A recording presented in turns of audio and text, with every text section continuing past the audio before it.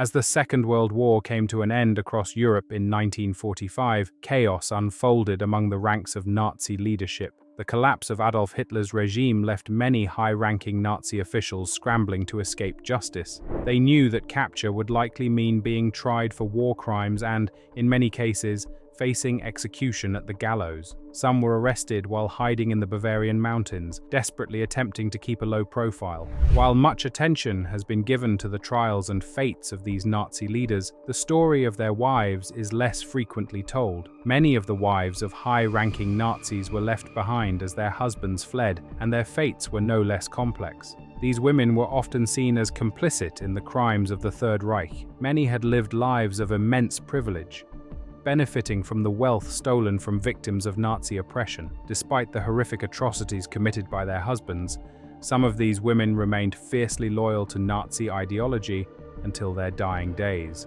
For instance, one infamous case involved the wife of Rudolf Höss, the commandant of Auschwitz. She lived in a luxurious villa near the concentration camp, close enough to see the smoke rising from the crematoria where countless lives were extinguished. Yet, she later claimed to have had no knowledge of the atrocities being committed just beyond her home. Her story is one of many that illustrate the complexity and denial among the wives of Nazi officials. At the end of the war, the Allies initiated a process called denazification, which aimed to rid German and Austrian society of Nazi influence. This involved removing former members of the Nazi Party, SS, and other organizations from positions of power. Nazi groups were banned, and individuals were interrogated to determine the extent of their involvement. Many Nazi wives were classified into 5 categories based on their complicity: major offenders, lesser offenders, followers, or persons exonerated. However, the wives of prominent Nazis often faced harsher scrutiny due to the significant wealth and power they had gained from the regime. In this video, we will explore the fates of some of the most prominent Nazi wives, delving into their lives during and after the war. Eva Braun, Hitler's wife. Eva Braun, perhaps the most well-known of these women, was Adolf Hitler's companion and, briefly, his wife. She had spent much of her life in the shadows, as Hitler was careful to keep their relationship secret to maintain his image as a chaste and dedicated leader. Braun met Hitler in her late teens while working as a photography assistant. Their relationship was complex, and she reportedly attempted suicide twice to gain his attention. Despite her seemingly cheerful and lively demeanor, Eva Braun lived a life of luxury funded by the wealth and suffering of Nazi victims. She frequently joined Hitler at his mountain retreat, the Berghof, where she hosted elaborate gatherings. Her loyalty to Hitler was unwavering, and as the Third Reich crumbled, she chose to remain by his side in the Führerbunker in Berlin. On April 28, 1945, as Soviet forces closed in on Berlin, Eva Braun and Adolf Hitler were married in a brief civil ceremony inside the bunker. Witnessed by Joseph Goebbels and Martin Bormann, the couple shared a modest wedding breakfast.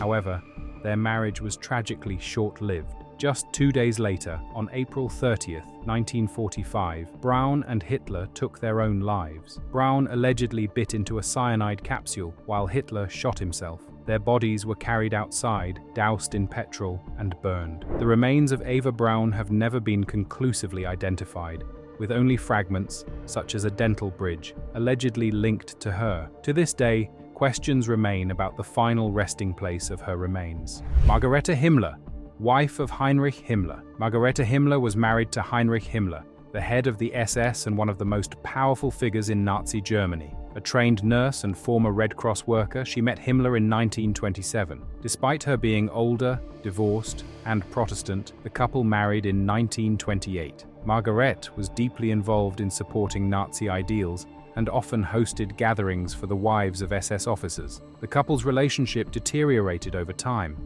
particularly as Heinrich Himmler took a mistress, Hedwig Potthast, with whom he had 2 children. By the end of the war, Margarete and her daughter Gudrun were captured by American forces and subjected to interrogations. Although she denied knowledge of the SS's atrocities, evidence suggested that she had supported her husband's work and benefited from the regime. She was classified as a lesser offender during the denazification process, but continued to challenge this ruling, claiming her loyalty lay with the Red Cross. not the Nazi Party. Margaret Himmler died in 1967, having lived a relatively quiet life after the war. Gerda Bormann, wife of Martin Bormann.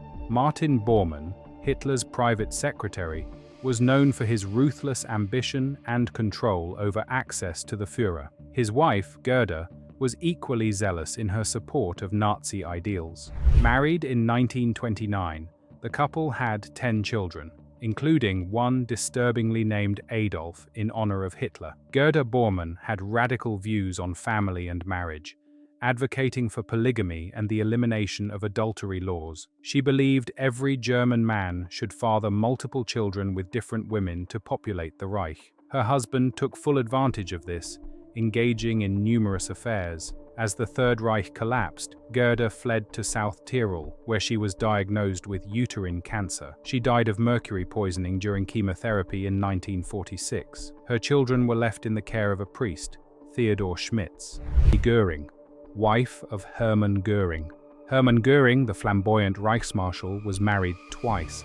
His second wife, Emmy, was a celebrated actress before marrying Göring in 1935. Emmy relished her role as the First Lady of the Third Reich, hosting grand events and rubbing shoulders with high-ranking Nazis. After Göring's capture and subsequent suicide before his execution, Emmy was tried and imprisoned for a year. She lost much of her wealth and was banned from performing on stage for 5 years. She lived out her remaining years in relative obscurity, passing away in 1973.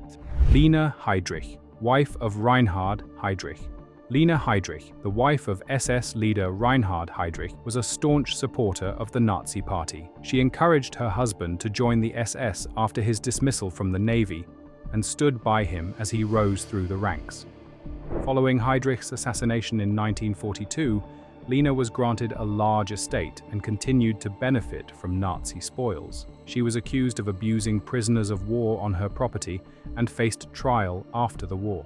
However, she managed to avoid significant punishment, even securing a pension for her husband's service. She later remarried and died in 1985, remaining in denial about her husband's role in the Holocaust until her death. The wives of Nazi leaders were not mere bystanders.